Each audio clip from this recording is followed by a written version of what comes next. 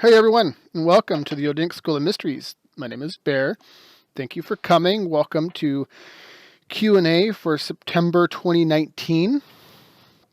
I am out in the backyard of my mother-in-law's house on her deck with all her beautiful flowers behind me. I don't know if you can see it in the frame or not. You kind of see behind me maybe you can. I don't know if you can. There's flowers behind me. Anyway, it's a gorgeous day. I thought I would do this outside, smoke some pipe tobacco, and talk to you folks. So, not a lot of questioners. I think there was 3 comments and 1 question. So what I'm going to do is I'm going to read the 2 comments first, and then we'll get to the question. All right? So, this thing keeps... I think my tobacco's too moist is the problem. I can't keep it lit. So, the first comment is, with my experiences, this comes from Odin Wotan. With my experiences, it is extremely hard not to question the morals of your organization.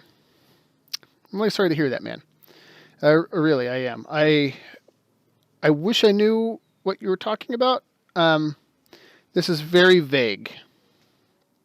And so it's not really, I really don't know how to address it. If you are more specific, that would be a lot easier to address. Unfortunately, I don't know. I really don't know where to go with that. But I'm really sorry you feel that way, truly. I wish I knew what was going on. The next comment comes from Zether. He says, I didn't know the site was up yet, or I would have been there already. LOL. But I am now, and this article has intrigued me for now. The symbols, the Masonic first degree tracing board, the Temple of Solomon. So yes, definitely check that out. I might do a video on that. People have been asking for more information on other mystery schools and their beliefs, and I've been entertaining doing one on the Masons specifically. So that would be a kind of a lot of fun. So the only real question is from Rain Astor, and so Rain, congratulations. I guess as far as questions go, this video is dedicated to you. So congratulations. If you're the only questioner, you get the whole video.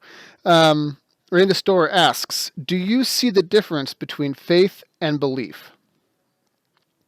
Do you see the difference between faith and belief? That is a really good question.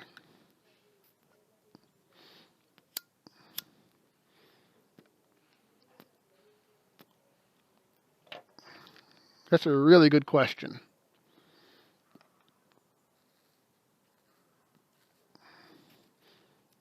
So, that is good pipe tobacco. I have to think about that for a minute. Because they're very similar in nature. But there is a few differences. So the way I see it is like this.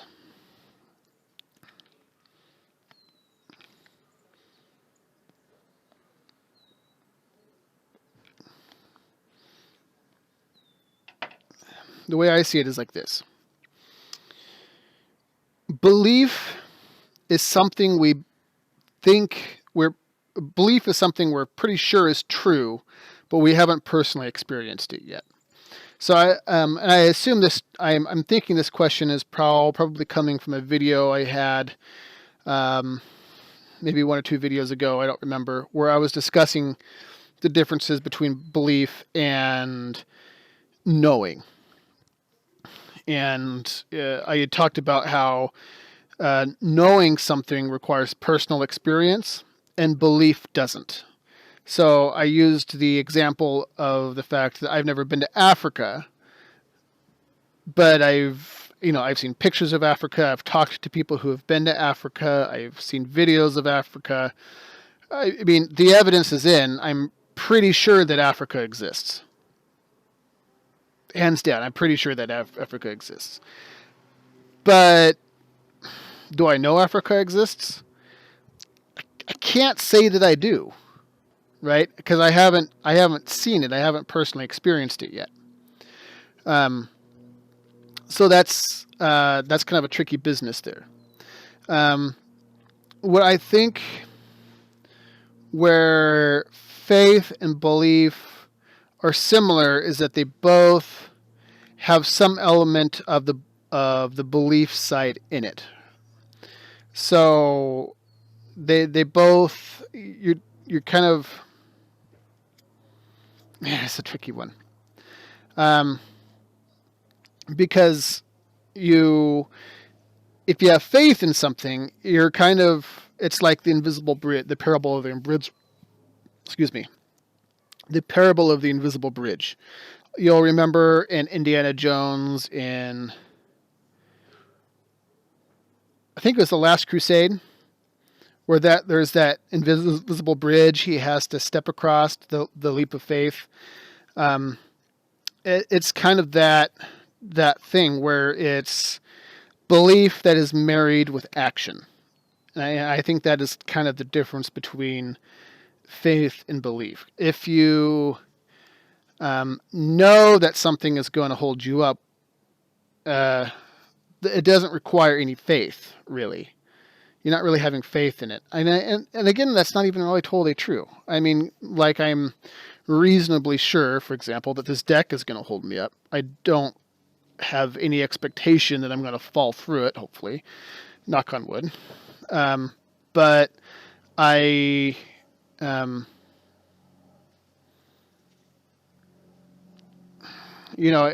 like, we could almost even say that when you step outside on the solid ground, that's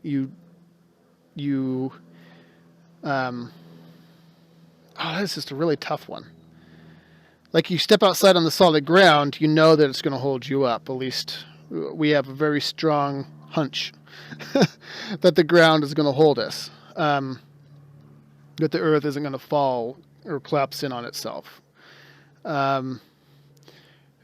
So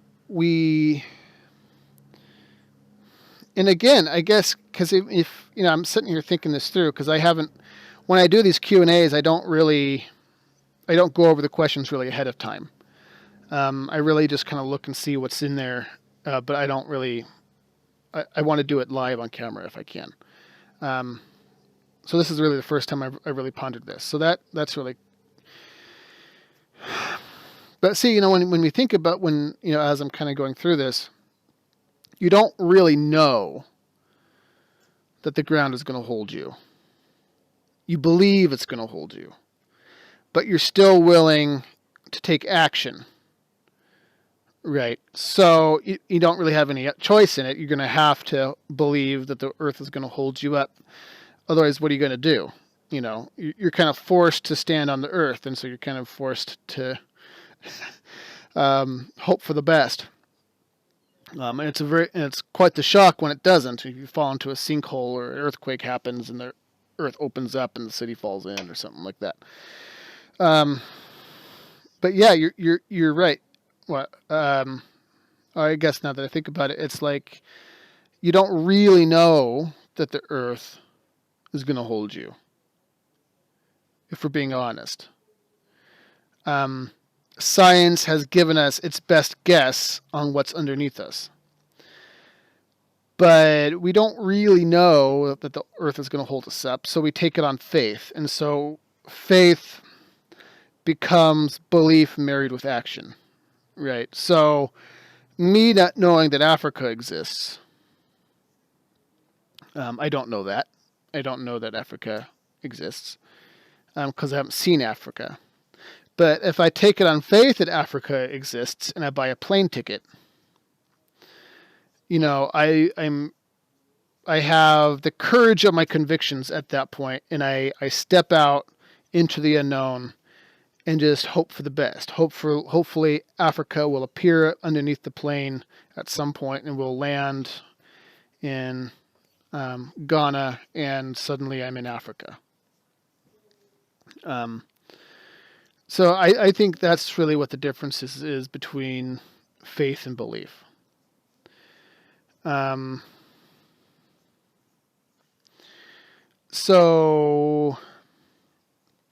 But faith also has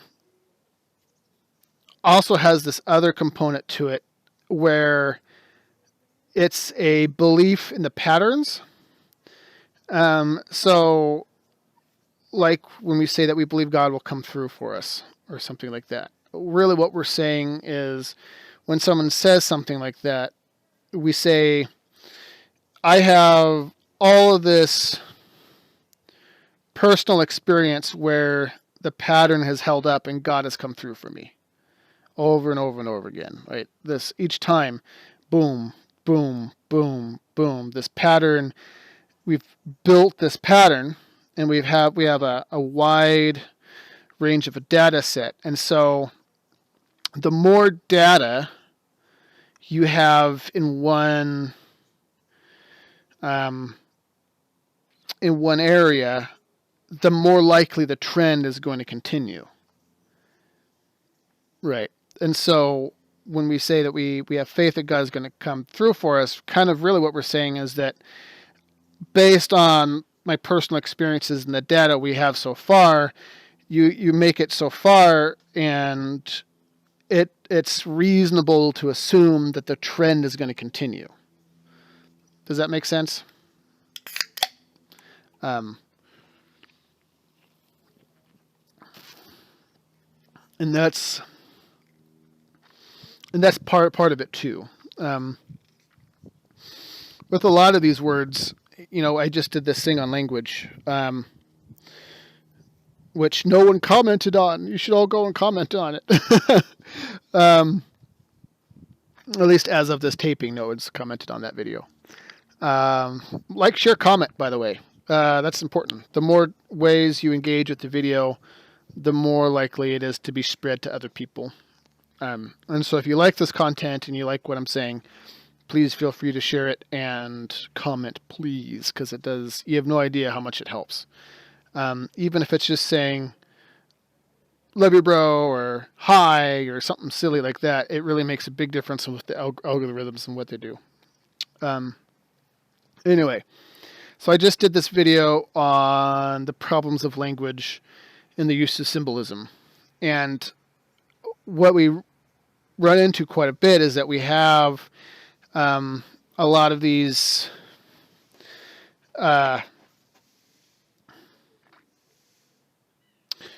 we have a lot of words that have multiple meanings to them.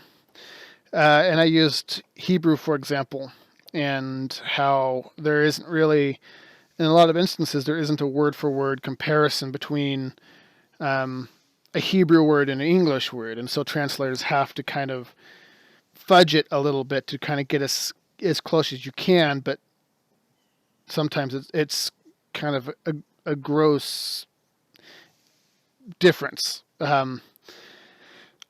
Like we could even talk about the, for instance, the word love is a really good one. Because you have like agape love.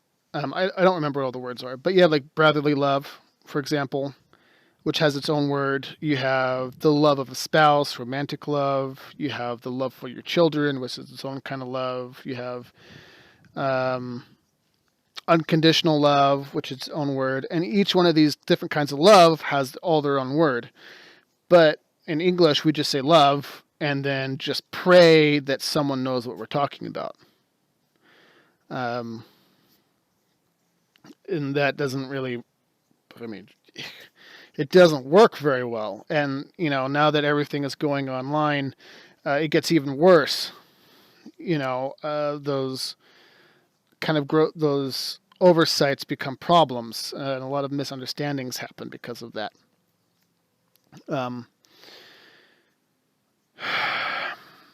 And so, but with faith, we have kind of a similar issue.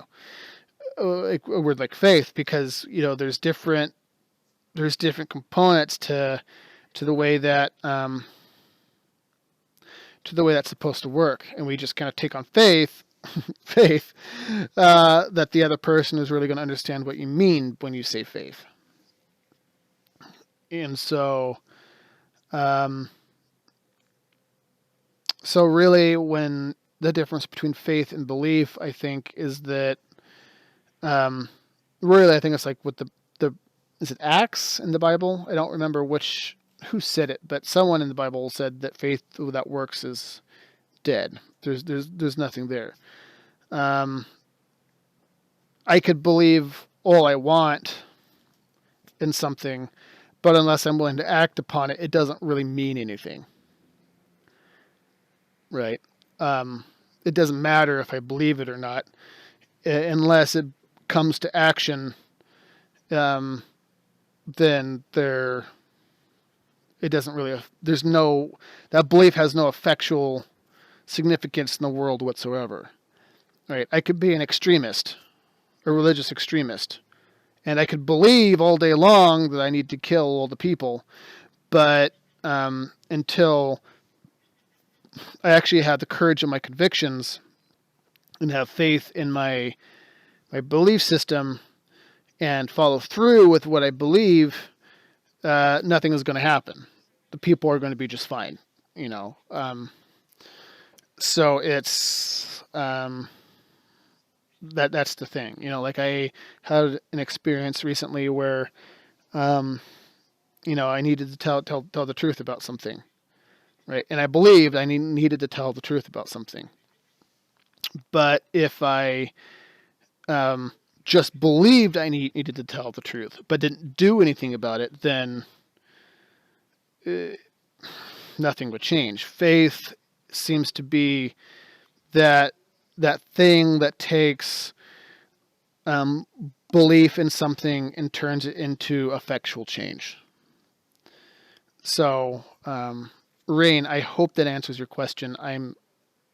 That's actually that was a tricky one to unpack. I had to think about that one for a minute. That was a good one. So yeah, I really really appreciated that one. That really made me think. Let's see. Is there anything else I wanted to talk about? I'm trying to think if anyone else has asked me a question, like over an email or something, that I thought we should address. So just curious, if there is something specific you would like me to talk about, please tell me in the comments. That would be really useful, because sometimes I'm out here trying to come up with topics, and it's not always as easy as I make it sound. It's not always super easy. So, for instance, if you want to know more about mystery school philosophies and that kind of thing, and what they believed and their doctrines, let me know. If there's if you want to know more about the Masons or a specific symbol, please let me know. There's a lot of stuff out there to talk about, and sometimes I don't really know what's on people's minds unless they tell me. So if there's something on your mind, like what Odin Woden said is perfectly acceptable. Right. If I'm doing something that's pissing you off and you want me to talk about it, go for it. Let me know. You're not going to hurt my feelings. So it's it's just as long. The only thing I ask is please just make sure it's it's family friendly. So that's really the only thing. As long as you're respectful and being an adult about it, I'm more than happy to talk about things. The trees are dropping acorns on the porch. It scares the crap out of me. All right. So I'm not sure that there's really anything else to say. Again, I'm trying to remember if there's any questions that anyone else had. I kind of don't think so. So I'm going to go ahead and wrap this up. We have a website. Please feel free to visit the website. It is the Odinic School of Mysteries.weebly.com or something like that. I'll leave the link below. We also have a podcast. I'm not sure that I'm going to keep using. I'm not sure that I'm going to keep having YouTube be my main platform, because YouTube is kind of a pain in the butt to work with when you're dealing with the kind of content that I produce. So I'm leaning more towards putting a lot more time and energy into podcasting rather than YouTube. So just be aware of that. So if you like my content and you want to keep hearing it, please go over to Podbean, is the platform that I use, and create an account. And you can listen to all the podcasts there. And of course, if you have an Apple account, you automatically get into the whole podcast thing. And then of course we have BitChute. I'm having a lot of problems with BitChute. It doesn't really like to upload my videos very much, and I'm not sure what that's about. But we're gonna make it work. So, yeah, like, share, comment, tell me what you think. If there's anything you want to hear, let me know. And all right, folks, I love you, and I'll talk to you later.